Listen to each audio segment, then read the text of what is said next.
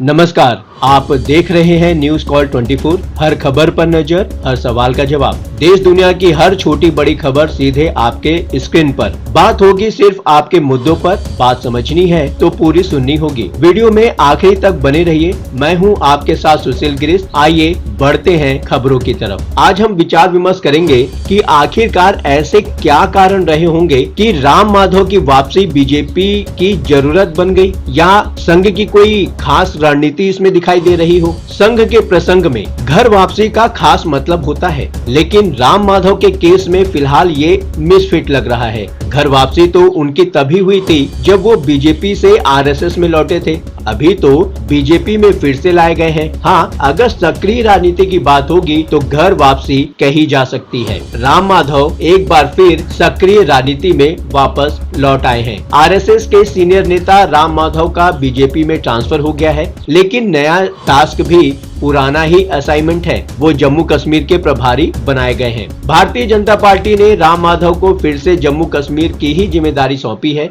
वो तेलंगाना बीजेपी के अध्यक्ष जी किशन रेड्डी के साथ जम्मू कश्मीर विधानसभा चुनाव में बीजेपी के प्रभारी बनाए गए हैं। 90 सदस्यों वाली जम्मू कश्मीर विधानसभा के लिए 3 चरणों में मतदान होंगे। जम्मू कश्मीर में 18 सितंबर, 25 सितंबर और 1 अक्टूबर को वोट डाले जाएंगे और हरियाणा के साथ ही 4 अक्टूबर को नतीजे आने की संभावना है। आखिर बीजेपी को राम माधव की कितनी जरूरत है? जिस तरह से राम माधव को बीजेपी में लाया गया है, ऐसी संभावनाओं के रुझान तो जुलाई 2024 में रांची में हुई राष्ट्रीय स्वयंसेवक संघ की बैठक से पहले ही खबरों में आने लगी थी। ये बात अलग है कि मामला अब जाकर पक्का हुआ है। अब सवाल ये उठता है कि क्या बीजेपी को राम माधव की जरूरत महसूस हो रही थी, या फिर संघ की किसी खास रणनीति के तहत बीजेपी में भेजा गया है। राम माधव इंडिया फाउंडेशन के अध्यक्ष हैं। इंडिया फाउंडेशन एक थिंक टैंक है। 2014 से लेकर 2020 तक राम माधव बीजेपी के राष्ट्रीय महासचिव के तौर पर भी काम कर चुके हैं और जम्मू कश्मीर के अलावा उनको असम और नॉर्थ ईस्ट में काम करने का व्यापक अनुभव है। 2014 में जम्मू कश्मीर में बीजेपी की गठबंधन सरकार बनवाने से लेकर 2018 में त्रिपुरा में भगवा फहराने तक राम माधव की विशेष भूमिका रही है। जम्मू कश्मीर में पीडीपी नेता महबूबा मुफ्ती के साथ सत्ता के गठबंधन से लेकर जम्मू कश्मीर से धारा 370 हटाने की तैयारियों में भी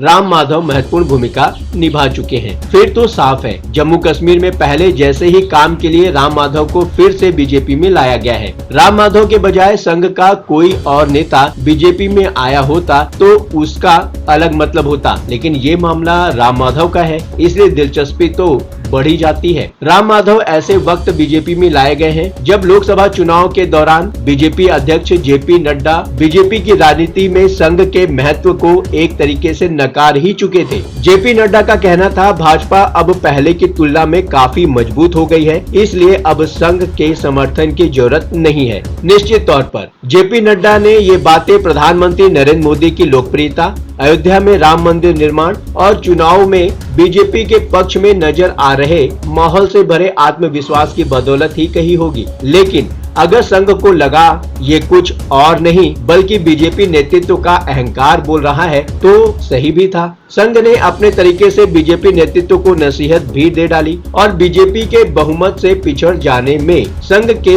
असहयोग की भी भूमिका तो मानी ही जाएगी। संघ ने रांची में बैठक झारखंड विधानसभा चुनाव को देखते हुए ही बुलाया था, लेकिन वहां अभी चुनाव की घोषणा नहीं हुई है। राम माधव को फिर से बीजेपी में भेजा जाना तो यही बता रहा है कि संघ को बीजेपी की फिक्र होने लगी है, और सही भी है। अगर बीजेपी चुनाव नहीं जीत पाएगी और सत्ता हाथ से चली जाएगी तो संघ के राष्ट्र निर्माण और हिंदुओं को एकजुट रखने के एजेंडे का क्या होगा? भले ही अयोध्या में राम मंदिर सुप्रीम कोर्ट के आदेश से बना हो, लेकिन उससे पहले तो संघ की तरफ से यही पूछा जाने लगा था कि अगर मोदी के प्रधानमंत्री और योगी आदित्यनाथ के यूपी का मुख्यमंत्री रहते अयोध्या में मंदिर नहीं बनेगा तो कब बनेगा? राम माधव को मिली नई जिम्मेदारियां तो यही बता रही हैं कि बीजेपी को उनकी जरूरत थी और संघ ने जानबूझकर ये कदम उठाया है। और एक दशक बाद जम्मू कश्मीर की बदलती व्यवस्था में होने जा रहे विधानसभा चुनाव में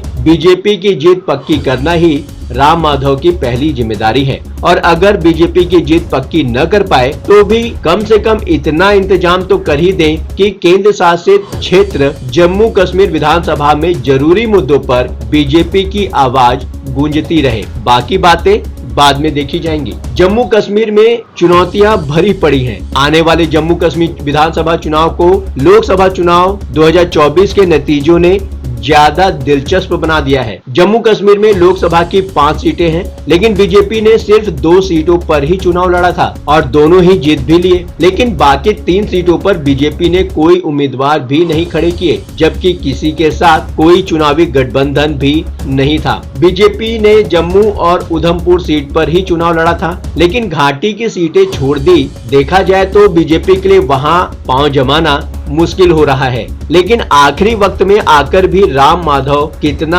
और क्या कर पाएंगे, ये अब भी सवाल बना हुआ है। लोकसभा चुनाव में एक खास बात ये भी देखने को मिली थी कि जैसे बीजेपी ने 3 सीटें छोड़ दी थी, इंडिया ब्लॉक ने भी वे 2 सीटें छोड़ दी थी जहां बीजेपी चुनाव लड़ रही थी। लेकिन सबसे बड़ी उलटफेर देखने को मिली थी बारामूला लोकसभा सीट पर, जहां निर्दलीय उम्मीदवार इंजीनियर राशिद ने नेशनल कॉन्फ्रेंस के नेता उमर अब्दुल्ला को शिकस्त देकर चुनाव जीत लिया था। उमर अब्दुल्ला ने तो विधानसभा चुनाव लड़ने से पहले से ही मना कर रखा है, लेकिन उनकी पार्टी चुनाव में हिस्सा ले रही है। वैसे ही महबूबा मुफ्ती की पार्टी पीडीपी भी चुनाव लड़ने जा रही है और खास बात यह है कि महबूबा मुफ्ती की बेटी इल्तिजा भी इस बार चुनाव मैदान में उतर रही हैं। ऐसे ही माहौल में राम माधव को जम्मू कश्मीर में बीजेपी को चुनावी बैतरणी पार कराने की जिम्मेदारी मिली है और ये राह काफी मुश्किल भरी है। इस विषय पर अपने विचार हमें कमेंट कर प्रतिक्रिया जरूर दें।